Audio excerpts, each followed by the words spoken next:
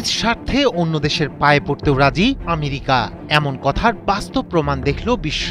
মধ্যপ্রাচ্যের দেশ কাতারকে নিরাপত্তা নিশ্চয়তা দিয়ে নির্বাহী আদেশ জারি করেছেন মার্কিন প্রেসিডেন্ট ডোনাল্ড ট্রাম্প। গত মাসে দোহায় ইসরায়েলের নজিরবিহীন হামলার পর এলো এই নির্বাহী আদেশ।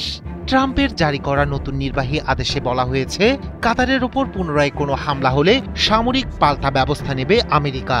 বিশ্লেষকরা বলছেন, কাতারে অবস্থিত আমেরিকার আল উইদেদ বিমান ঘাঁটিতে ইরানের সম্ভাব্য হামলার ভয়ে এমন আদেশ জারি করলেন চতুর ট্রাম্প।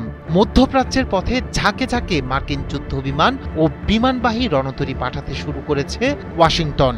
এরই মধ্যে USS Gerald Ford career strike group রওনা দিয়েছে ভূমধ্য সাগরের দিকে। এসব ঘটনা আমেরিকার আবারও ইরানে হামলার আশঙ্কাকে আরও পোক্ত করছে। গত মাসে কাতারের রাজধানী দোহায় একটি ভবন লক্ষ্য করে কয়েকটি বোমা হামলা চালায় ইসরায়েল। এই ঘটনার পরিপ্রেক্ষিতে সোমবার হোয়াইট হাউস থেকে যৌথ ফোন কলে কাতারের প্রধানমন্ত্রী শেখ মোহাম্মদ বিন আব্দুল রহমান বিন জসিম আল থানির কাছে ক্ষমা চেয়েছেন ট্রাম্প এবং নেতানিয়াহু।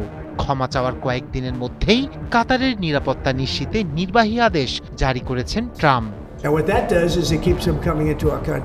নিরাপত্তা বিশেষজ্ঞরা বলছেন, দীর্ঘদিন ধরে আমেরিকার গুরুত্বপূর্ণ সামরিক অংশীদার কাতার।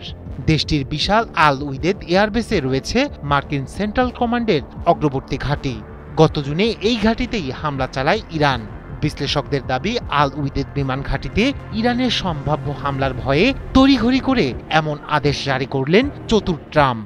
এছাড়াও ইরান সহ মধ্যপ্রাচ্যে চাপ বাড়াতে একের পর এক মার্কিন রণতরী ইরানের ভূখণ্ডের দিকে রওনা দিচ্ছে।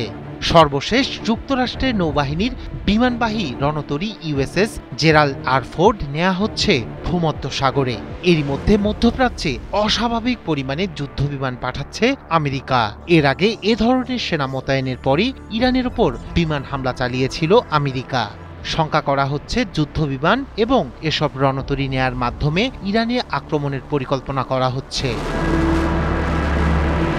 নতুন নির্বাহী আদেশে কাতারকে শান্তি ও স্থিতিশীলতার এক নির্ভরযোগ্য সহযোগী হিসেবে আখ্যা দেন মার্কিন প্রেসিডেন্ট ট্রাম্প। বলেন, কাতারের ভৌগোলিক অখণ্ডতা ও নিরাপত্তা রক্ষায় যুক্তরাষ্ট্র প্রতিশ্রুতিবদ্ধ। কাতারের বিরুদ্ধে যে কোনো সামরিক আক্রমণকে আমেরিকার শান্তি ও নিরাপত্তার প্রতি হুমকি হিসেবে বিবেচনা করা হবে বলেও জানান তিনি। রায়হান কবির শুভ্র, ৭১।